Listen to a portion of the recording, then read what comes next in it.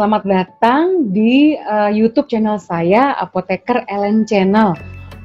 Untuk pembahasan tentang perilaku dan etika farmasi, di topik sebelumnya kita banyak membahas tentang perilaku sehat, kemudian perilaku sakit seperti apa. Nah, untuk kali ini, topik bahasan yang akan saya bahas terkait tentang penelitian perilaku kesehatan. Saya akan share dulu materinya.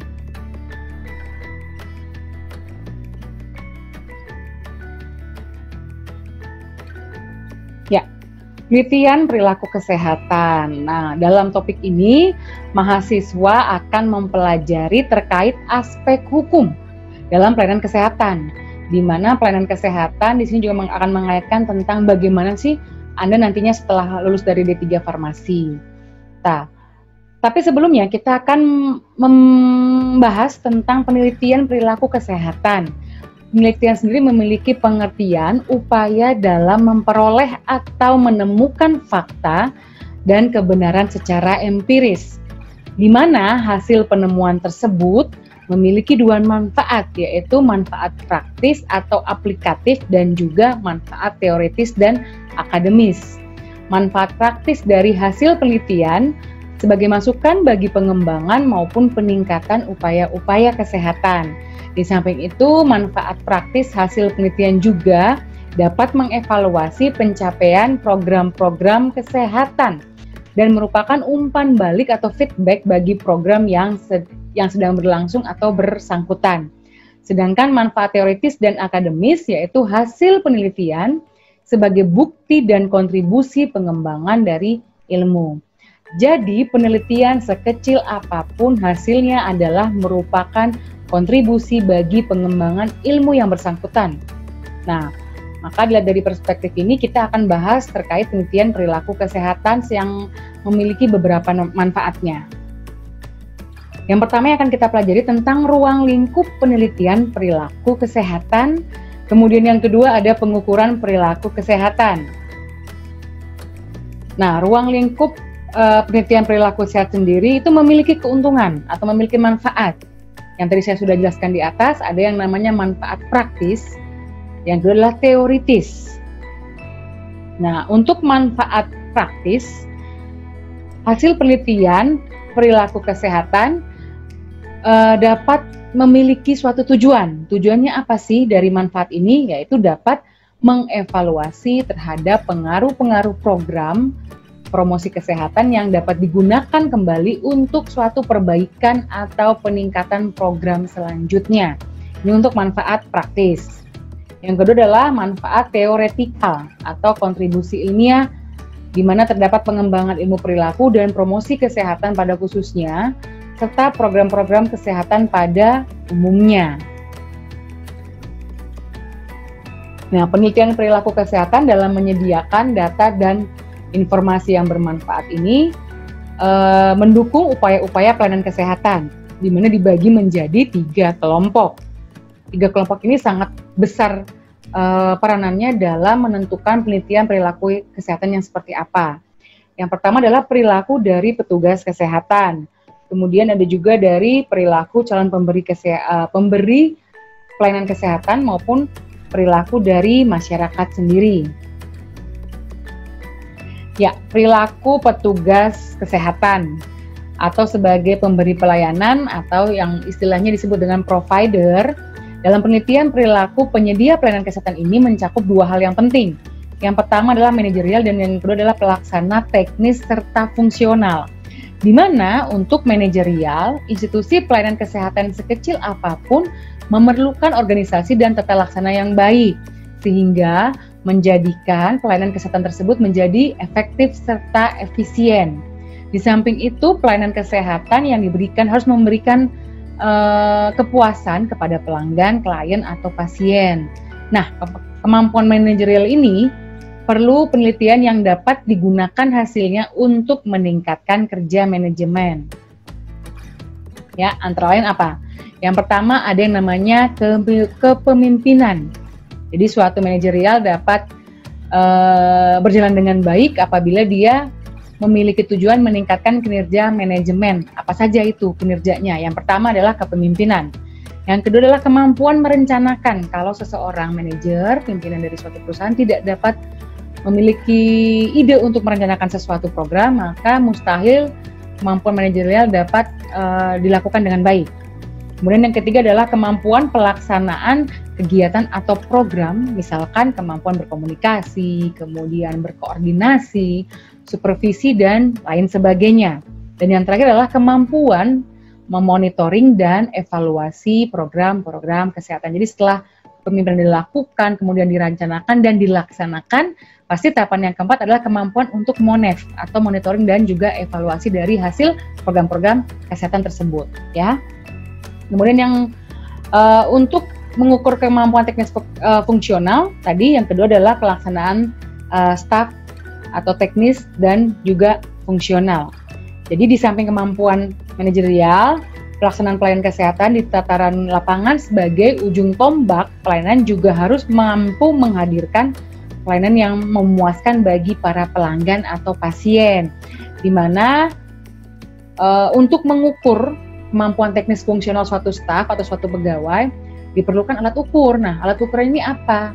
Alat ukurnya yang sering kita lihat mungkin dalam suatu perusahaan, dalam suatu kegiatan, dalam suatu praktikum, ada yang namanya adalah SOP atau uraian tugas maupun job description, ya, standar operating procedure, di mana setiap pelaksana wajib mengetahui apa saja isi dari SOP tersebut. Setelah diketahui maka harus dilaksanakan. Apabila tidak melakukan sesuai dengan SOP-nya, maka kemampuan teknis dari fungsional tersebut tidak akan maksimal untuk diberikan kepada suatu perusahaan, misalkan seperti itu, ya. Kemudian yang kedua ada perilaku calon pemberi pelayanan kesehatan.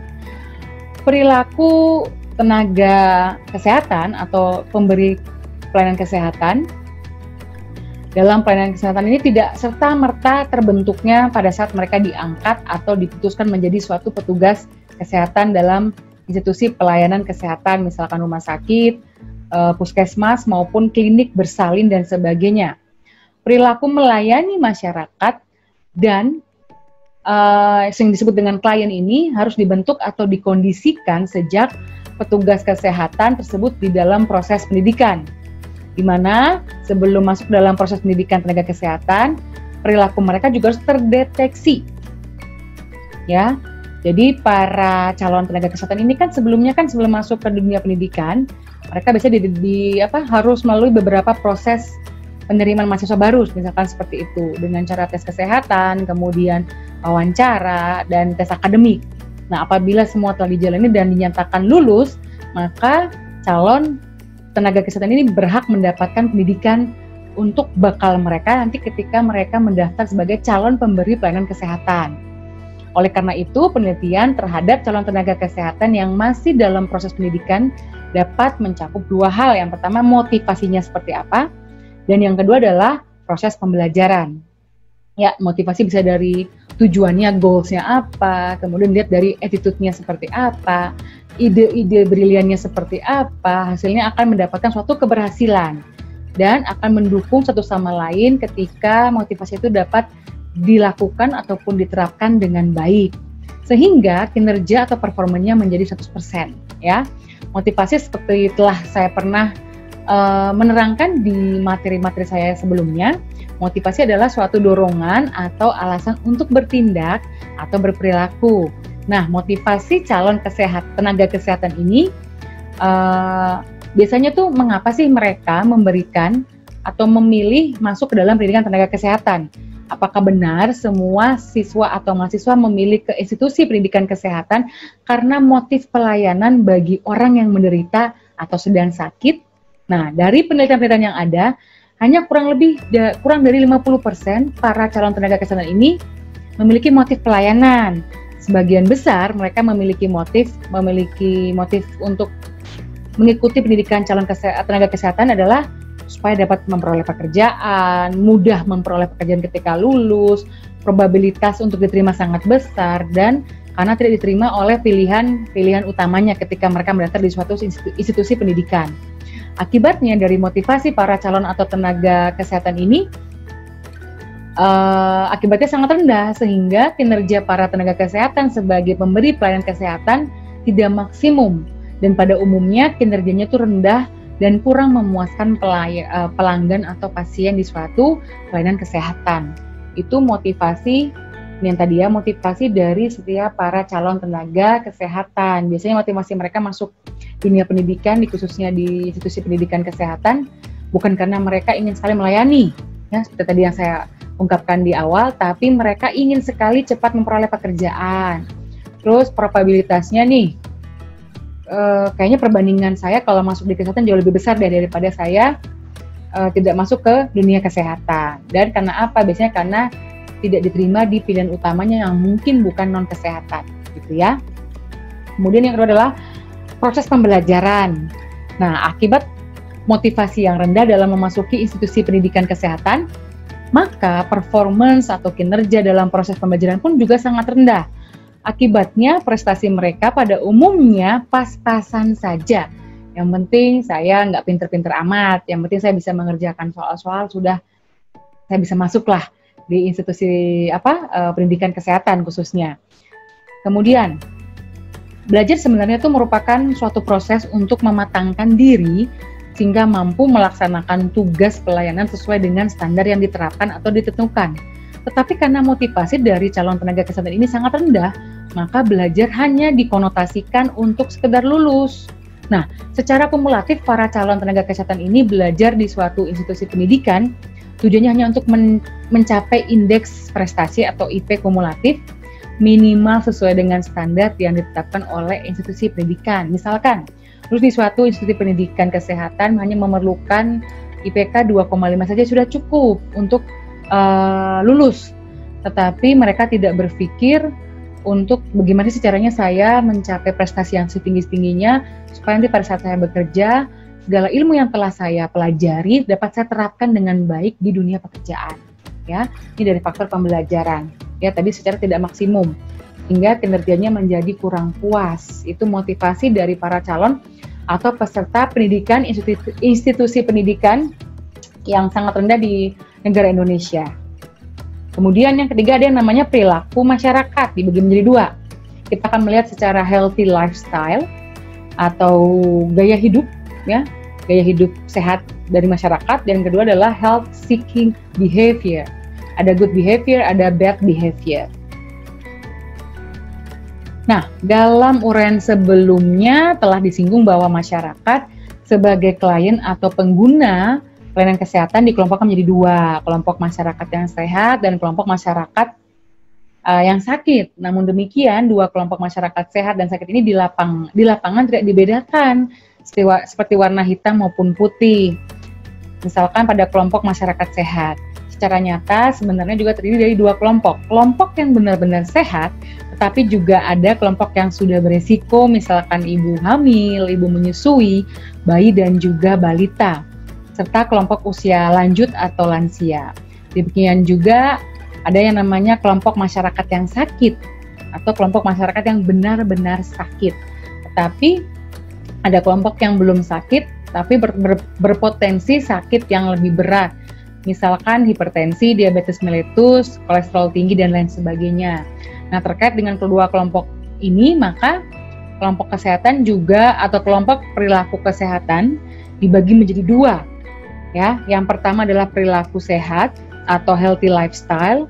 Yang kedua ada yang namanya tadi saya lupa, healthy seeking behavior ya.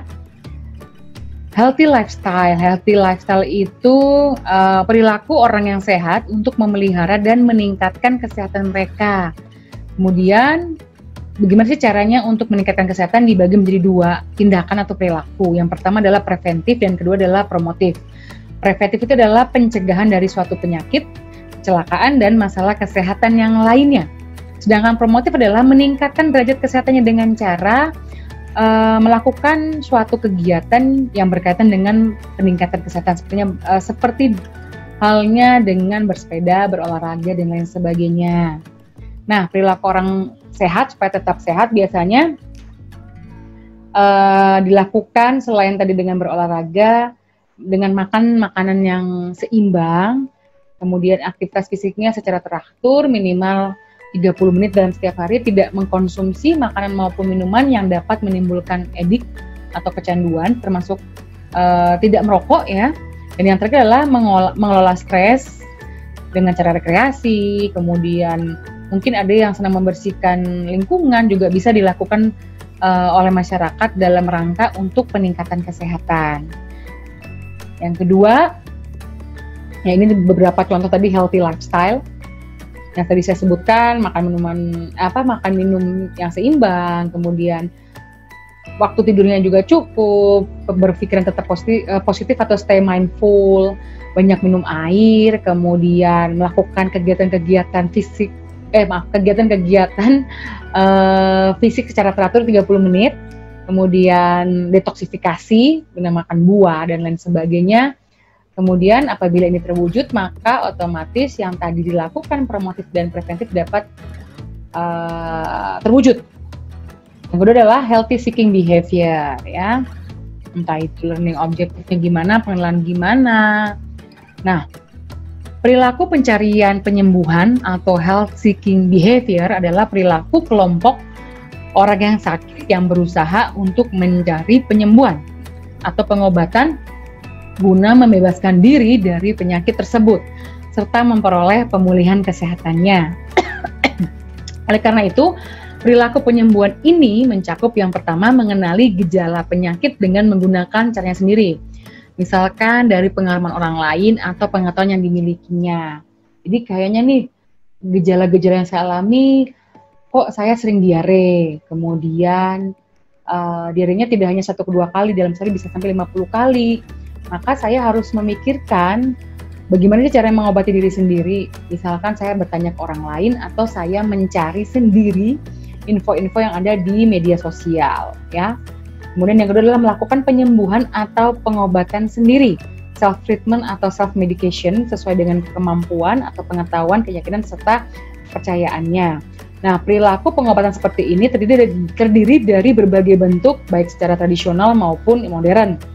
Kalau tradisional misalkan kerokan, kemudian pijat, membuat ramuan jamu, kemudian kalau untuk yang modern dengan cara minum obat yang dijual secara bebas di apotek, kemudian di toko obat, ya, atau tidak biar lebih resmi pakai resep dari dokter juga boleh.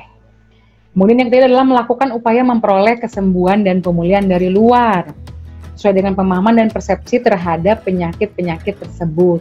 Pilihan-pilihan jenis pelayanan kesehatan tentu sangat berbeda. Ya, pilihan pertama, pelayanan kesehatan bagi masyarakat pada umumnya, terutama di pedesaan adalah pelayanan kesehatan tradisional, misalkan berobat di dukun atau paranormal kesehatan.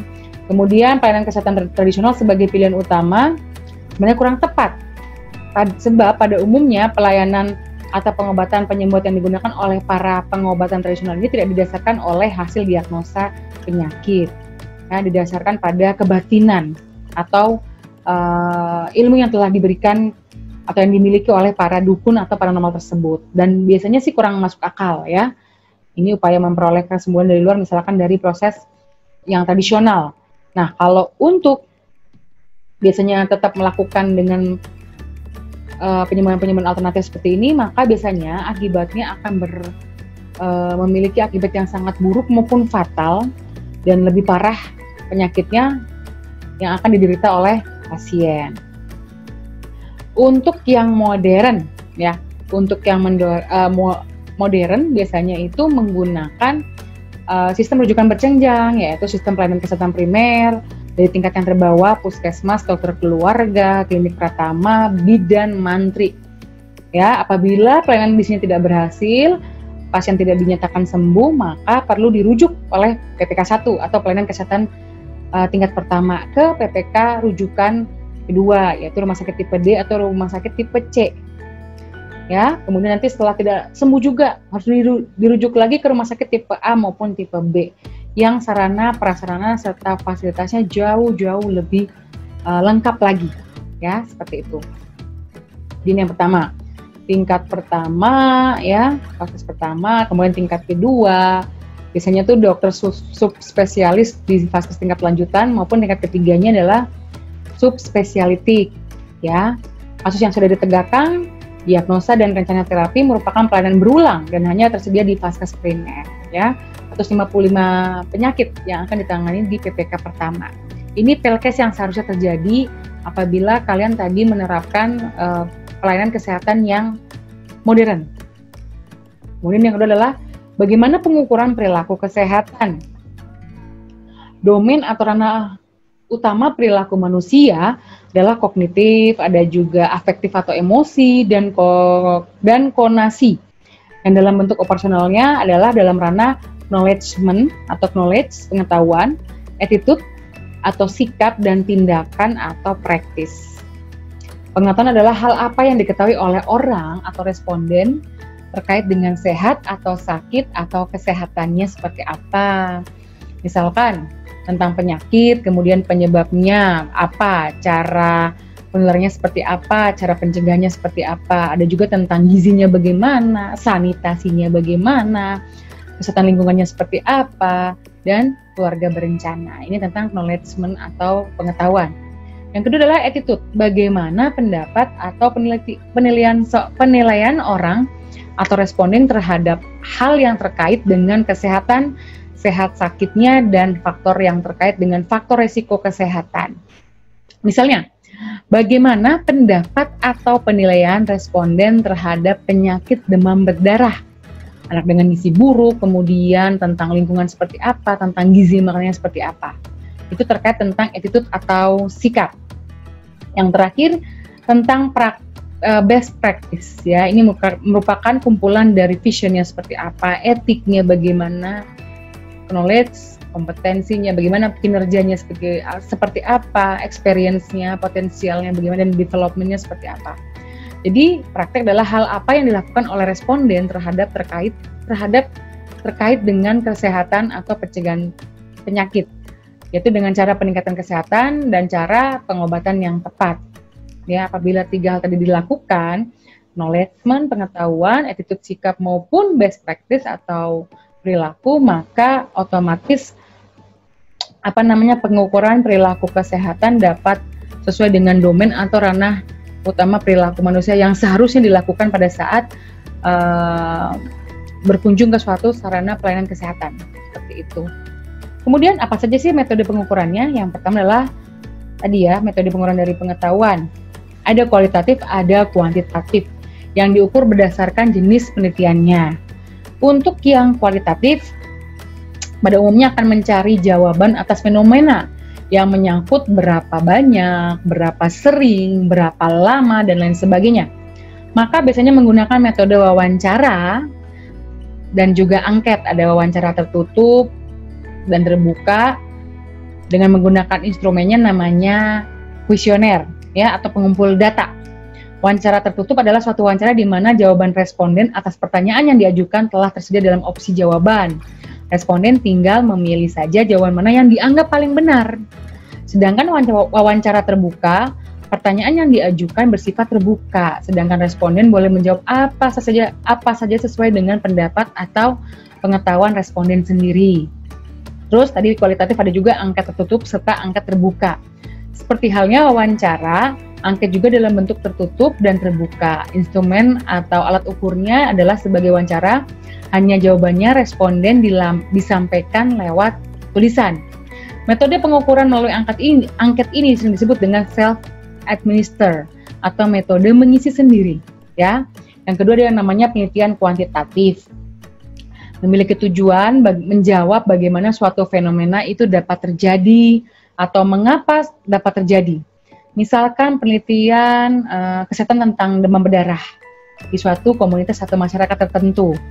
Nah, penelitian ini biasanya itu mencari tentang seberapa besar kasus demam berdarah tersebut, seberapa sering demam berdarah menyerang penduduk di komunitas ini.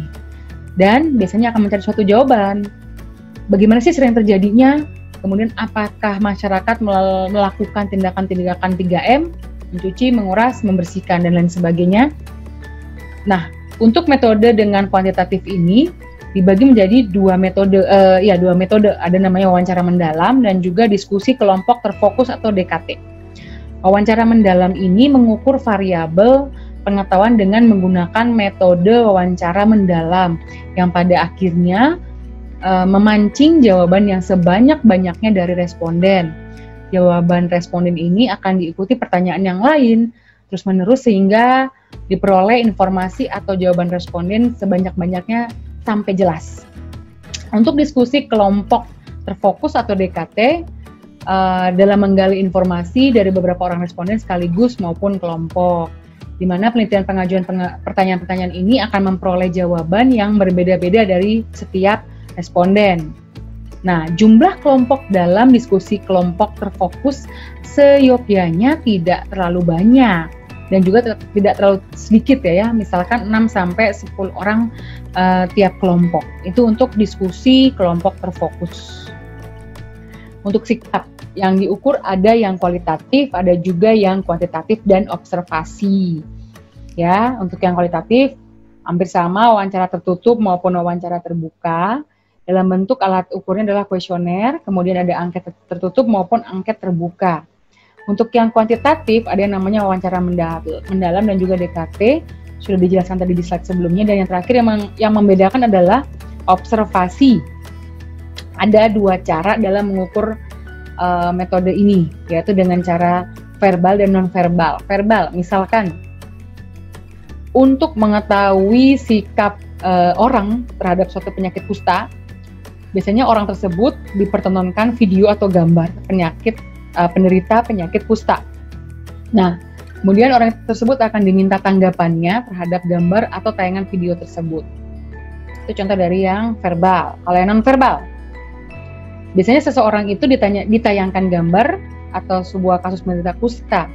Kemudian akan diamati bagaimana gerakan atau mimik orang tersebut dalam mencerminkan sikapnya terhadap kusta itu sendiri. Ya. Ini